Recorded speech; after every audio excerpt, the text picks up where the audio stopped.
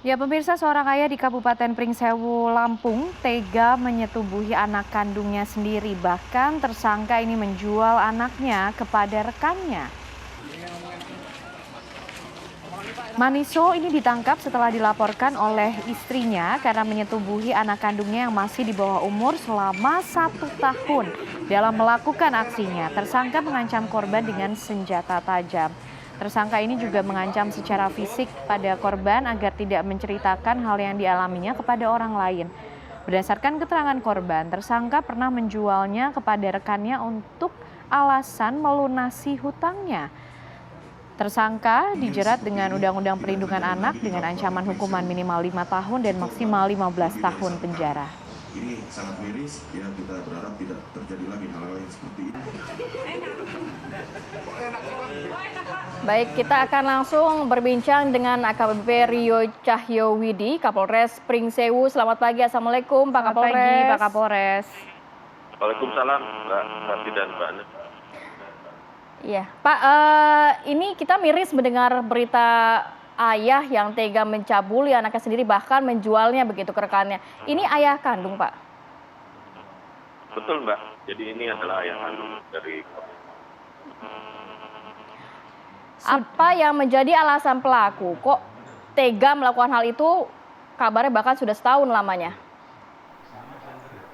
Baik, jadi dapat kami jelaskan Mbak bahwa kronologis awal itu adalah si saudara M ini bercerai dengan istrinya sekira 3 tahun yang lalu.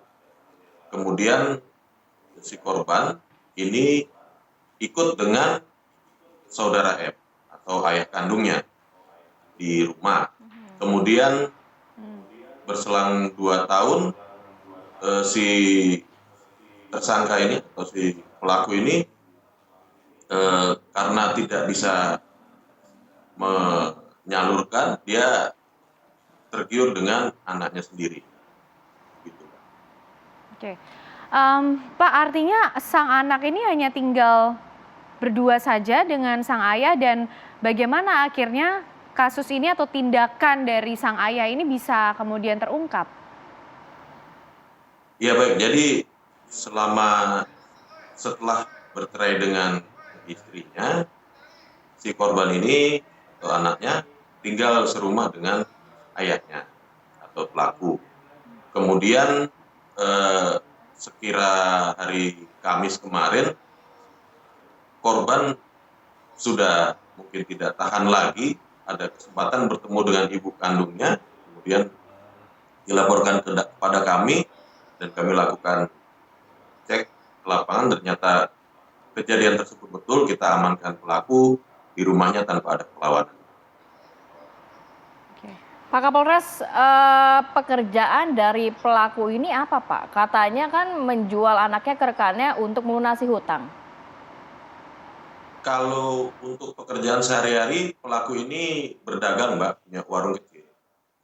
Tapi kalau untuk informasi bahwa si korban ini pernah dijual kepada rekannya untuk melunasi hutang, ini adalah keterangan dari korban. Namun kami belum memiliki alat bukti yang cukup, ini masih kami kembangkan penyidikannya. Kalau memang terbukti akan kami kenakan ancaman sesuai dengan undang-undang. Berapa kali Pak dijual kepada rekannya Pak? Kalau info hanya baru 1 kali. Oke. Pak, saat ini kondisi korban sang anak seperti apa? Ya baik, tentunya masih sedikit trauma setelah sekian lama mengalami penderitaan bersama ayahnya, dan saat ini korban dialihkan untuk tinggal dengan ibu kandungnya. Pak Kapolres, selama aksi pencabulan dilakukan oleh sang ayah, adakah ancaman-ancaman yang diberikan kepada korban?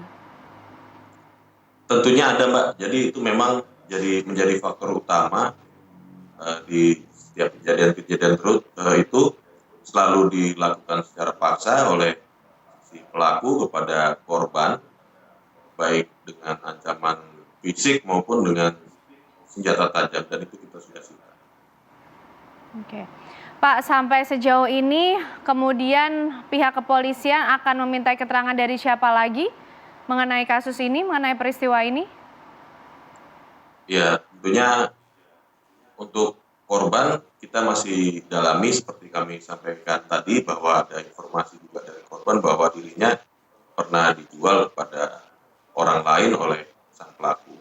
Tentunya kita masih perlu pembuktian, kita perlu pihak-pihak setempat juga mungkin masyarakat sekitar untuk melengkapi berkas.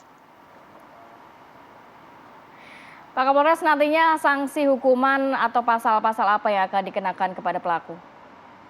Baik, tentunya kalau saat ini yang kami sudah bisa meyakini bahwa yang bersangkutan ini kita kenakan Undang-Undang Perlindungan Anak di mana ancamannya minimal 5 tahun dan maksimal 15 tahun. Namun apabila tadi yang kami sampaikan untuk status si korban ini pernah dijual kepada orang lain kemudian bisa kami buktikan, tentunya akan kami lapis dengan pasal ataupun undang-undang yang lain. Baik. Baik, terima kasih Kapolres Pringsewu AKBP Rio Cahyowidi sudah memberikan penjelasan dan juga informasi mengenai penanganan sejauh ini yang sudah dilakukan pada kasus ini. Selamat pagi, Pak.